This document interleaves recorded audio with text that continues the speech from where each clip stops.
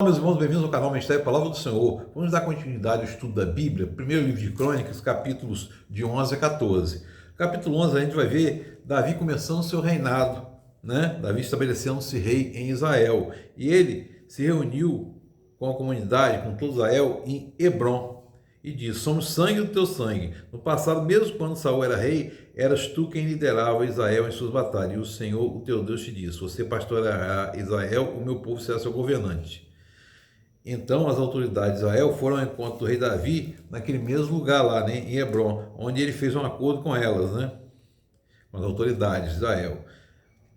Perante o Senhor, ele ungiu Davi rei, como o Senhor havia anunciado através do profeta Samuel, né? E Davi vai conquistar Jerusalém, que quer dizer, Jerusalém quer dizer fundamento da paz.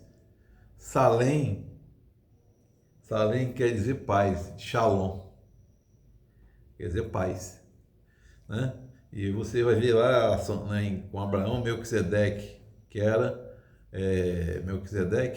sacerdote em Salém na época, né? Por isso Jerusalém, Salém, originário daquela época lá, o termo quer dizer paz, né? E Davi vai com todos os israelitas, marcharam para Jerusalém, que é Jebus. Os jebuseus, habitantes da cidade, disseram a Davi: você não entrará aqui. No entanto, Davi conquistou a fortaleza de Sião, a cidade de Davi, né? Naquele dia, Davi disse primeiro: o primeiro que atacar os jebuseus se tornará o comandante do exército. E foi assim que aconteceu, que Joabe, filho de Zeruia, foi o seu primeiro comandante de exército, né? E comandou por muito tempo.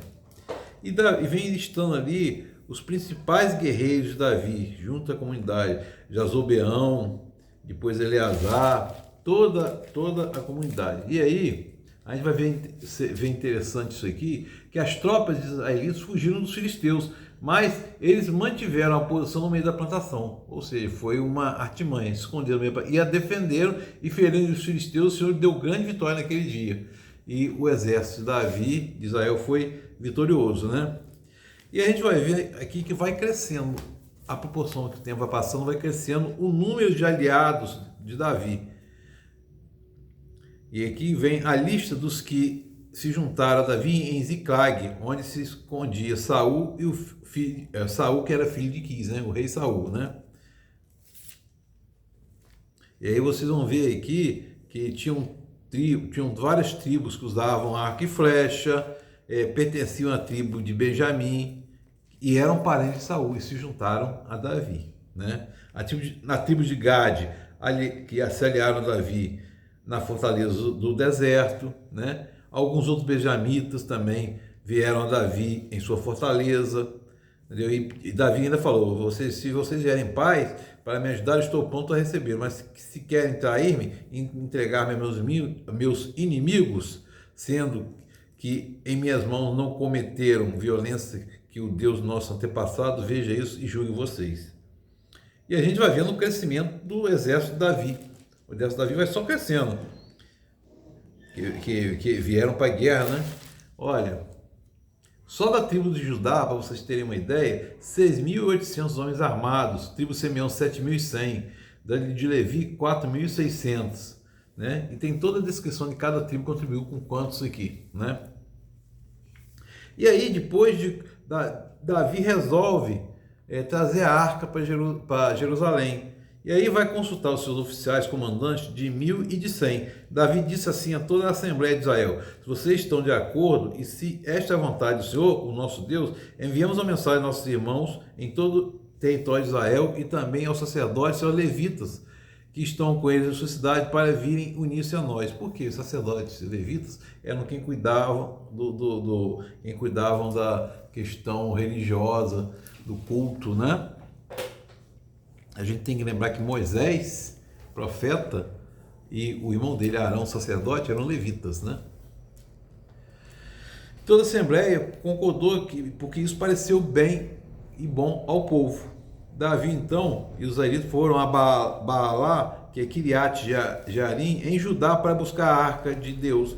E o Senhor tem o seu trono entre os querubins. E aí você vê que a arca tem lá dois querubins em cima, né?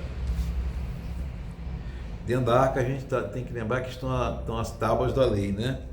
As tábuas da lei que Deus estabeleceu com o povo na aliança, né? E aí foram à casa de Abinadab, levaram a arca de Deus num carroção novo conduzido por Uzá e Aiô. E aí aconteceu que os animais tropeçaram. O povo durante esse tempo, esse trajeto todo, ele ia cantando, alegres, né? Estavam alegres. E aí os bois tropeçaram e Uzá estendeu a mão para segurar. E aí a ira do Senhor se acendeu contra Uzá, que o feriu e morreu ali mesmo. Morreu ele mesmo.